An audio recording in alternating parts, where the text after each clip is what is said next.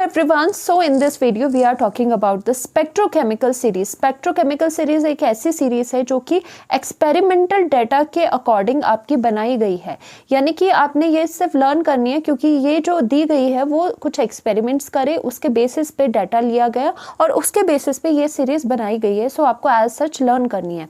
अब इस सीरीज में होता क्या है, क्या बताती है ये series? It is a series in which ligands are arranged in the increasing order of their field strength. Okay, increasing order of their field strength यानी कि डेल्टा नॉट का इंक्रीजिंग ऑर्डर है। अगर सिंपल वर्ड्स में बोला जाए तो spectrochemical series क्या बताता है कि डेल्टा नॉट का इंक्रीजिंग ऑर्डर, तो यानी कि या फिर आप क्या बोल सकते हो, या फिर their ability to split d orbitals, यानी कि कौन जो लाइगेंड है, कौन लाइगेंड कितना ज़्यादा स्प्लिटिंग करवाता है। देखो जो आपकी ये स्प्लिटिंग है जो हमने इससे पहले लेक्चर में पढ़ी थी, ये वाली स्प्लिटिंग, ये डेल्टा नॉट, ये अब छोटी बड़ी भी हो सकती है, कम भी, ऐसे इतनी कम भी हो सकती है, छोटी भी हो सकती है और ज़्यादा बड़ी भी हो सकती है। वो डिपेंड किस पे करता है कि आपका लाइगेंड मेटल के साथ कौन सा है attach, nature of the ligand. तो उसी के लिए स्पेक्ट्रोकेमिकल सीरीज बताई गई। उन्होंने बताया कि increasing order of their field strength, यानी कि increasing order of their splitting power, यानी कि डी ऑर्बिटल को कितना स्प्लिट कर सकते हैं। यानी कि अगर हम बात करें हैलोजेंस, वैसे कौन से होते हैं, वीक लाइगेंड्स होते हैं, यानी कि पहले आपके क्या आने लगे, यहाँ पे जो इनिशियली है जिनकी स्प्लिटिंग एनर्जी कम है, यानी कि जो स्प्लिट कम करते हैं उनको बोला गया वीक लाइगेंड्स। ये वीक लाइगेंड्स हो जाएगी जिनकी स्प्लिटिंग एनर्जी कम होती है। और ये आपके एंड ऑफ सीरीज जो है वो कौन से है, स्ट्रॉन्ग लाइगेंड्स। ठीक है, आपके क्या है, स्ट्रॉन्ग लाइगेंड्स हो गए वो। Okay, these are the strong ligands. अब यहाँ पे क्या हो रहा है आप देख सकते हो, आपको लर्न करना पड़ेगा ये सारा कि देखो यहाँ पे वाटर क्या है, वाटर ये है, वाटर भी one of the weak ligands में आता है। EDTA स्ट्रॉन्ग आता है, फिर EN भी स्ट्रॉन्ग आता है, CN नेगेटिव। एटलीस्ट आपको ये दो तो लर्न करने हैं। वाटर का पता होना चाहिए वीक होता है, और हेलोजेंस भी आपके वीक होते हैं लाइगेंड्स। तो इसका मतलब क्या हो गया कि ये जो है, जो ये स्ट्रॉन्ग लाइगेंड है वो स्प्लिटिंग बहुत ज़्यादा करवाएंगे, और जो ये वाले लाइगेंड है वो स्प्लिटिंग बहुत कम करवाएंगे। अब हम इसको आगे देखते हैं कि कैसे करना है। सो सपोज मैं आपको ये समझाती हूँ, जैसे आपको पता है यहाँ पे फ्लोरीन है, ठीक है, और उसके बाद आपका वाटर है, और उसके बाद आपका CN है। ओके, ये वाली चीज़ें पता है। तो अगर मैं इसको बताऊं, स्पेक्ट्रोकेमिकल सीरीज में ये इन तीनों की प्लेसमेंट ऐसे होती है, फ्लोरीन कम होता है, फिर वाटर होता है, फिर आपके साइनाइड एंड CO तो आपको पता होने चाहिए वो स्ट्रॉन्ग होते हैं। तो यानी कि बोला क्या गया है, इसका मतलब क्या है, ये आपका वीक लाइगेंड है, ये भी एक तरह से वीक ही लाइगेंड है बट इससे ज़्यादा होता है, ये आपका स्ट्रॉन्ग लाइगेंड है। ठीक है, ये स्ट्रॉन्ग लाइगेंड है। स्ट्रॉन्ग लाइगेंड का मतलब हमेशा क्या होगा कि स्ट्रॉन्ग लाइगेंड क्या करवाएगा, मोर स्प्लिटिंग करवाएगा, मोर स्प्लिटिंग करवाएगा। यानी कि मोर स्प्लिटिंग का मतलब क्या है, डेल्टा नॉट मोर हो जाएगा उस केसेस में। ठीक है, तो यहाँ पे हम वही बनाने लगे हैं। देखो इसका मतलब क्या होता है, अगर ये वीक लाइगेंड है, वीक लाइगेंड का हमेशा क्या मतलब होता है, अगर ऑक्टाहेड्रल की फील्ड की बात करी जाए, ऑक्टाहेड्रल में क्या होता है, आपका स्प्लिटिंग होती है T2G एंड EG में। यहाँ पे T2G एंड EG होता है, देखो लास्ट में करा था ना, तो इन दोनों के बीच में क्या है, डेल्टा नॉट की स्प्लिटिंग है। तो बोला जा रहा है कि अगर आपका मेटल के साथ लाइगेंड F लगा है, यानी कि वीक लाइगेंड है, तो वो जो स्प्लिटिंग है वो स्प्लिटिंग क्या करवा देगा, वो स्प्लिटिंग लेस करवाएगा। ओके, अब इसके बाद वाटर की जो स्प्लिटिंग है, वाटर कैसे करवाएगा स्प्लिटिंग, वाटर थोड़ी इससे ज़्यादा स्प्लिटिंग करवाएगा। देखो यहाँ पे जो स्प्लिटिंग है वो थोड़ी मोर हो जाएगी। और ऑन द अदर हैंड जो आपका ये वाला लाइगेंड है, CN negative is very strong ligand. इसका मतलब क्या है, वो जो स्प्लिटिंग करवाएगा वो स्प्लिटिंग और भी ज़्यादा करवाएगा, यानी कि इतनी ज़्यादा स्प्लिटिंग, डेल्टा नॉट बहुत ज़्यादा हो जाएगा। तो आप देख पा रहे हो कि अभी इतनी जो वीक लाइगेंड था वो स्प्लिटिंग, यानी कि डेल्टा नॉट जो है स्प्लिटिंग वो कम करवा रहा है।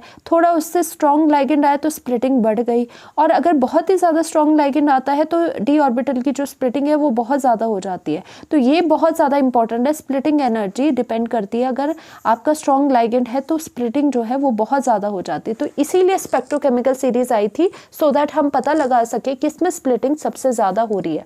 तो अगर मैं पूछूँ किसमें स्प्लिटिंग सबसे ज़्यादा होगी, किसकी स्प्लिटिंग एनर्जी ज़्यादा होगी अमंग दीज थ्री, तो आप क्या कहोगे, आप बोलोगे CN negative. We know that CN negative is a strong ligand, इसकी वजह से ये स्प्लिटिंग भी ज़्यादा करवाएगा। एनर्जी गैप यानी कि डेल्टा नॉट की वैल्यू इसके लिए मोर आएगी। ओके अब हम देखते हैं assigning of the electrons in the D orbitals in octahedral entities. यानी कि ऑक्टाहेड्रल एंटिटीज की आपने बात कर ली कि हमारा जब टेट्राहेड्रल फील्ड ऑक्टाहेड्रल फील्ड आती है तो स्प्लिटिंग हो जाती है, T2G नीचे आता है, EG ऊपर आता है। ठीक है, अब हम ये देखने लगे हैं कि इलेक्ट्रॉन्स इसमें कैसे भरेंगे। सपोज किसी मेटल के पास D3 इलेक्ट्रॉन्स है, 3 इलेक्ट्रॉन है, तो उन्हें कैसे फिल करा जाए। तो फिल कैसे करना है, जैसे कि आप बेसिकली करते हो, जैसे कि हुंड्स रूल क्या बताता है, according to the Hund's rule ये बताता है कि जो लोअर एनर्जी वाले ऑर्बिटल होंगे, means electron enters the lower energy orbital, यानी कि जिनकी एनर्जी कम होगी उनको पहले इलेक्ट्रॉन की फिलिंग होगी। ऐसे ही होता है हमेशा। तो ऐसे ही हुआ, D3 तक तो ठीक था, सही था, हमें लग रहा है T2G नीचे आता है, EG ऊपर आता है, तो पहला इलेक्ट्रॉन इसको मिला, सेकेंड इसको मिला, थर्ड इसको मिल गया। बट अब इसके बाद फोर्थ इलेक्ट्रॉन भरने के लिए थोड़ी प्रॉब्लम हो गई। अब देखो फोर्थ इलेक्ट्रॉन के लिए क्या होगा, फोर्थ इलेक्ट्रॉन के 2 केसेस होते हैं फॉर D4, यानी कि देयर आर 2 पॉसिबिलिटी। अगर फोर्थ इलेक्ट्रॉन हमारा आया उसके लिए 2 पॉसिबिलिटी बन जाती है। अब 2 पॉसिबिलिटी कैसे बनती है, या तो वो इलेक्ट्रॉन जो है, या तो वो इलेक्ट्रॉन है यहाँ पे भर जाए, यहाँ पे लग जाए, या वो फोर्थ इलेक्ट्रॉन ऊपर चला जाए। तो फोर्थ इलेक्ट्रॉन से 3 तक तो कोई दिक्कत नहीं थी फिलिंग में, फोर्थ इलेक्ट्रॉन से थोड़े यहाँ पे 2 चॉइसेस बन जाती है, या तो चौथा इलेक्ट्रॉन नीचे लग जाए या फिर चौथा इलेक्ट्रॉन ऊपर लग जाए। तो कंडीशन अब क्या होती है फोर्थ इलेक्ट्रॉन के भरने की। तो सबसे पहली बात है, 2 कंडीशन है। अगर आपकी क्रिस्टल फील्ड एनर्जी कम है, इस पे ध्यान दिया करो, क्रिस्टल फील्ड एनर्जी यानी कि डेल्टा नॉट। अगर आपकी डेल्टा नॉट का मतलब क्या है, सेपरेशन। अगर आपकी डेल्टा नॉट सपोज कम है, डेल्टा नॉट फर्स्ट केस आपका क्या है, अगर आपका यहाँ पे delta not less than P है। अब ध्यान से देखो P क्या होता है, P होता है पेयरिंग एनर्जी। P होता है, एक नई चीज आ रही है आपके पास, ये होता है पेयरिंग एनर्जी। अब पेयरिंग एनर्जी क्या होता है, सपोज हम यहाँ पे आपकी ऑर्बिटल है, यहाँ पे इलेक्ट्रॉन्स भरे हुए हैं, हम यहाँ पे एक इलेक्ट्रॉन को यहाँ पे पेयर करवाना चाह रहे हैं, तो वैसे इलेक्ट्रॉन में तो रिपल्शन होती है, आप जबरदस्ती यहाँ पे पेयरिंग करवा रहे हो, 2 इलेक्ट्रॉन्स को साथ में रखना is a very difficult task. तो यहाँ पे क्या होती है, यहाँ पे P रिक्वायर्ड होती है, यानी कि पेयरिंग एनर्जी रिक्वायर्ड होती है, यानी कि वो एनर्जी क्या होती है, एनर्जी रिक्वायर्ड होती है सो दैट हम पेयरिंग करवा पाए। हमेशा पेयरिंग के लिए एनर्जी रिक्वायर्ड होती है। ऐसे ही 2 इलेक्ट्रॉन को साथ में एक ऑर्बिटल में, देखो एक ऑर्बिटल में 2 इलेक्ट्रॉन को साथ में नहीं रखा जाता, उसके लिए कुछ पेयरिंग एनर्जी रिक्वायर्ड होती है। वही पेयरिंग एनर्जी की बात कर रहे हैं। तो वो जो 2 केसेस है उसमें फर्स्ट केस क्या है, अगर आपका स्प्लिटिंग एनर्जी कम हुई देन द पेयरिंग एनर्जी से, तो ऑब्वियसली जो चीज़ कम है, अगर जिसकी एनर्जी कम है, हम हमेशा कम एनर्जी की तरफ जाना पसंद करते हैं। अब आप बोल रहे हो कि डेल्टा नॉट अगर कम है पेयरिंग से, तो इसका मतलब क्या हो गया, इस केस में क्या हो गया आपका, यहाँ पे T2G, जैसे ऑक्टाहेड्रल है T2G मैंने लिख लिया, यहाँ पे EG लिख लिया। तो क्या बोला जा रहा है, फर्स्ट केस ऐसा है जिसमें कि आपका डेल्टा नॉट कम है पेयरिंग। तो आप फोकस किस पे करना, फोकस आप इस पे करना कि डेल्टा नॉट कम है, ऐसा बोला जा रहा है डेल्टा नॉट कम है। तो यहाँ पे डेल्टा नॉट क्या होता है, इन दोनों के बीच का गैप होता है डेल्टा नॉट। तो बोला क्या जा रहा है कि जो डेल्टा नॉट है वो आपका कम है, यानी कि एनर्जी जो गैप है इनके बीच में वो आपका कम है। तो 3 इलेक्ट्रॉन तो आपने पहले से फिल कर दिए थे। अब फोर्थ इलेक्ट्रॉन की बारी आ रही है, तो या तो पहली पॉसिबिलिटी है, अगर आपकी डिपेंड करता है फोर्थ इलेक्ट्रॉन, देखो ध्यान से देखो, 3 इलेक्ट्रॉन तो भर जाएंगे, फोर्थ इलेक्ट्रॉन कहाँ जाएगा वो डिपेंड करेगा कि आपके जो कंपाउंड में डेल्टा नॉट की वैल्यू क्या है, यानी कि आपका लाइगेंड कैसा है। अगर लाइगेंड आपका कैसा हो गया, अगर लाइगेंड आपका वीक लाइगेंड हो गया, वीक लाइगेंड की क्या होती है, डेल्टा नॉट स्मॉल होते हैं ना, वीक लाइगेंड के हमेशा डेल्टा नॉट स्मॉल होते हैं, वो कम स्प्लिटिंग करवाते हैं।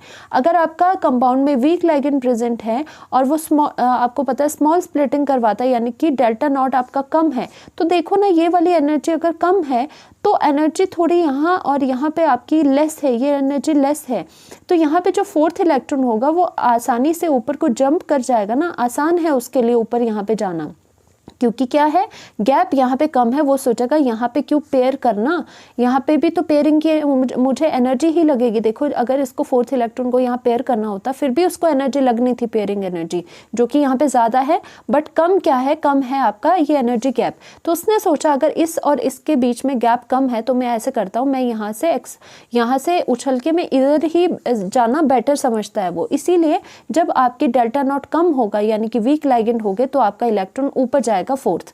ऑन द अदर हैंड दूसरा केस आपका क्या है कि अगर डेल्टा नॉट ही आपका ज़्यादा है और पेयरिंग आपकी कम है, पेयरिंग एनर्जी कम है, डेल्टा नॉट ज़्यादा है, तो यानी कि इस तरह से देख लो कि अगर आपका इस तरह से हो गया, देखो मैंने देखो कितना एनर्जी गैप ज़्यादा बना दिया। अब डेल्टा नॉट यहाँ पे क्या है, मोर है।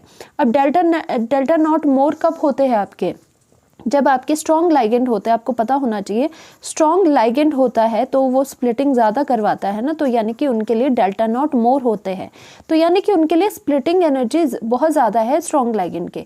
अगर ऐसे सिचुएशन है, चलो 3 इलेक्ट्रॉन्स तो यहीं भरेंगे, चाहे जो मर्जी है, चाहे लाइगेंड जैसा भी है, 3 इलेक्ट्रॉन यहीं भरेंगे। फोर्थ से देखना होता है। अब फोर्थ में है या तो वो ऊपर जाएगा या यही पेयरिंग करवाएगा। अब वो डिपेंड करता है, आपने देखा कि जो पेयरिंग एनर्जी जो आपकी डेल्टा नॉट है, डेल्टा नॉट पे फोकस क्या करो। स्ट्रॉन्ग लाइगेंड आपको दिख के आपने बोला डेल्टा नॉट ज्यादा है, यानी कि डेल्टा नॉट ज्यादा मतलब डेल्टा नॉट ऐसी कंडीशन बन रही होगी, डेल्टा नॉट ज्यादा हो रहा होगा, तो यानी कि गैप ही अगर इतना ज्यादा है तो वो फोर्थ इलेक्ट्रॉन ऊपर जाने की कोशिश ही नहीं कर सकता, क्योंकि एनर्जी ही इतनी ज्यादा लग रही है। तो वो सोचता है कि मैं बेटर है पेयरिंग एनर्जी का इस्तेमाल करके मैं इधर ही सेटल हो जाता हूँ। तो यानी कि बहुत डिपेंड करता है आपका डेल्टा नॉट यानी कि गैप कैसा। अगर गैप कम है तो वो उछल के जा सकता है ऊपर, अगर गैप ही आपका बहुत ज्यादा है यानी कि डेल्टा नॉट ज्यादा है, स्ट्रॉन्ग लाइगेंड है, तो हमेशा नीचे को चला जाता है। तो इसी वजह से आपको देखना होता है। और इस पे क्वेश्चन क्या आता है, आपको इलेक्ट्रॉनिक कॉन्फ़िगरेशन पूछी जाती है।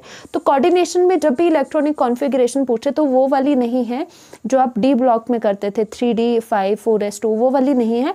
एक्चुअली इसकी ये कॉन्फ़िगरेशन पूछी जाती है। अगर मैं इस केस में कॉन्फ़िगरेशन लिखूँ इसकी, तो कितनी हो जाएगी यहाँ पे T2G3 हो जाएगी, यानी कि T2G ऑर्बिटल है, उसमें 1 2 3 इलेक्ट्रॉन्स है और Eg में आपका क्या है, Eg में आपके 1 इलेक्ट्रॉन है। तो ये कॉन्फ़िगरेशन इसकी बन गई। सपोज अगर कोई इस पैटर्न से फिलिंग कर रहा है तो इसमें क्या हो जाएगा, इसमें हम लिखेंगे कि T2G में आपके 4 इलेक्ट्रॉन है, 1 2 3 4, और Eg में आपका क्या है, Eg में आपका 0 इलेक्ट्रॉन है, यानी कि इलेक्ट्रॉन है ही नहीं। इसीलिए फोर्थ इलेक्ट्रॉन में डिपेंड करता है कि आपका इलेक्ट्रॉन्स कहाँ जाएगा, ऊपर जाएगा या नीचे जाएगा। अब देखो D4 आ गया, अगर कोई बोले D5, अब यहाँ पे D5 कैसा आएगा। अब ये अगर ऊपर जा चुका है फोर्थ, आपने डिसाइड कर लिया कि ये ऊपर जाएगा फोर्थ, तो फिफ्थ आपका यहाँ पे भरेगा इस केस में। अब यहाँ पे फिफ्थ कहाँ पे भरेगा, आपका नीचे अगर पेयरिंग स्टार्ट हो ही गई है तो फिफ्थ भी आपका यहाँ पर भरेगा, ठीक है। अब यहाँ पे सिक्स्थ कहाँ पर भरेगा, इन सबकी सेम आपके पास सेम इलेक्ट्रॉन्स होंगे, फिलिंग सबकी होगी। अब ये क्या करेगा, जो यहाँ पे 1 2 3 4 5 6 इलेक्ट्रॉन है वो अब यहाँ पे नीचे जाना चाहेगा। अब इसका 6 इलेक्ट्रॉन यहाँ पे जाएगा, ठीक है। 7th इलेक्ट्रॉन इसका यहाँ पे जाएगा, 7th इलेक्ट्रॉन इसका यहाँ जाएगा, 8th इसका यहाँ जाएगा, 8th इसका यहाँ पे जाएगा, ठीक है। फिर उसके बाद 9th यहाँ जाएगा, 10th यहाँ जाएगा, इसका क्या हो जाएगा, 9th यहाँ जाएगा और 10th यहाँ जाएगा। इस तरह से ये सारा आपको आना चाहिए कि फिलिंग कैसी होती है। फोर्थ इलेक्ट्रॉन डिसाइड करता है कि उसके बाद ट्रेंड क्या होगा, ऊपर जाएगा इलेक्ट्रॉन या नीचे जाएगा। अगर नीचे ही बस क्या है इलेक्ट्रॉन, देखो फोर्थ इलेक्ट्रॉन ये था आपका, ये वाला, ये नीचे ही आया, तो उसके बाद जो भी इलेक्ट्रॉन हो गए वो नीचे ही फिल हो गए, उसके बाद इलेक्ट्रॉन ऊपर फिलिंग होगी। अगर यहाँ पे फोर्थ इलेक्ट्रॉन ऊपर चला गया तो पहले इधर फिलिंग कर दो एक एक, फिर उसके बाद नीचे आओ, फिर ऊपर चले जाओ ऊपर, ठीक है। इस तरह से ये कंपाउंड्स बनते हैं। तो यहाँ पे आप देख लो, इफ डेल्टा नॉट, अगर आपकी स्प्लिटिंग एनर्जी कम है पेयरिंग से, तो क्या हो जाएगा, पेयरिंग एनर्जी क्या होती है, energy required for the pairing of electron in an orbital. दो इलेक्ट्रॉन को एक ही ऑर्बिटल में रखना है, उसके लिए एनर्जी रिक्वायर्ड होती है, वो कहते हैं पेयरिंग एनर्जी। आप डेल्टा नॉट पे फोकस करोगे क्योंकि डेल्टा नॉट आपको पता चल जाता है, आप लाइगेंड्स का नेचर देख लो, आपको पता चल जाएगा डेल्टा नॉट ज़्यादा है या कम है। अगर डेल्टा नॉट कम हुआ, कम का मतलब क्या है कि लाइगेंड कौन सा है, लाइगेंड वीक फील्ड लाइगेंड है। फॉर एग्जाम्पल कौन सा एग्जाम्पल है, जैसे फ्लोरीन हो गया, जैसे आपका वाटर हो गया, फॉर एग्जाम्पल ये वाले वीक लाइगेंड्स। अब वीक लाइगेंड से फोर्थ इलेक्ट्रॉन कहाँ जाएगा, वीक लाइगेंड का मतलब डेल्टा नॉट कम है तो इजीली वो ऊपर चढ़ सकता है, ऊपर उछल के जा सकता है क्योंकि एनर्जी का गैप कम है। तो यानी कि इसकी कॉन्फ़िगरेशन हुई T2G3 और Eg1, और ये हमेशा हाई स्पिन कॉम्प्लेक्सेस बनाएगा। लगी रहा है, स्पिन का मतलब क्या होता है, अनपेयर्ड इलेक्ट्रॉन, यानी कि इस तरह से देखा करो, स्पिन इसमें ज़्यादा यानी कि अनपेयर्ड इलेक्ट्रॉन अगर ज़्यादा है तो वो हाई स्पिन कॉम्प्लेक्स हो जाएगा। नाउ अगर दूसरा केस आपका डेल्टा नॉट जो है स्प्लिटिंग एनर्जी, वो अगर आपकी ज़्यादा है, स्प्लिटिंग एनर्जी ज़्यादा कब होती है, जब आपके लाइगेंड स्ट्रॉन्ग होते हैं, जैसे कि कार्बोनाइल हो गया, साइनाइड हो गया, ये स्ट्रॉन्ग लाइगेंड है, ये क्या करेंगे, स्प्लिटिंग को ज़्यादा करवाएंगे। यहाँ पे ज़्यादा नहीं दिखाया हुआ, तभी मैंने लार्ज लिख लिया कि इन दोनों का क्या बहुत ज़्यादा है, लार्ज गैप है। लार्ज गैप होने की वजह से जो फोर्थ इलेक्ट्रॉन है वो ऊपर नहीं चढ़ पाता, वो सोचता है मैं यहीं पर बच जाऊँ, मैं यहीं पेयरिंग कर लूँ। तो इस वजह से कॉन्फ़िगरेशन आई, T2G में 4 आ गए, देखो ये आया है आपका T2G और ये है आपका EG, इसमें 4 आ गया और उसमें 0 हुआ। और ये कैसे बनाते, क्योंकि पेयरिंग हो रही है तो आपके लो स्पिन कॉम्प्लेक्सेस यहाँ पे बनेंगे। तो इस तरह से आपको पता होना चाहिए, कॉन्फ़िगरेशन आ जाती है लिखनी तो आपको पता है 4th इलेक्ट्रॉन से आपको ध्यान में रखने हैं। जब भी 4th इलेक्ट्रॉन को भरने की बात आई हमेशा आपके दिमाग में ये दोनों केसेस आने चाहिए कि डिपेंड करता है वो लाइगेंड आपका कैसा है, स्प्लिटिंग एनर्जी आपकी कैसी है। So thank you so much, do like and subscribe.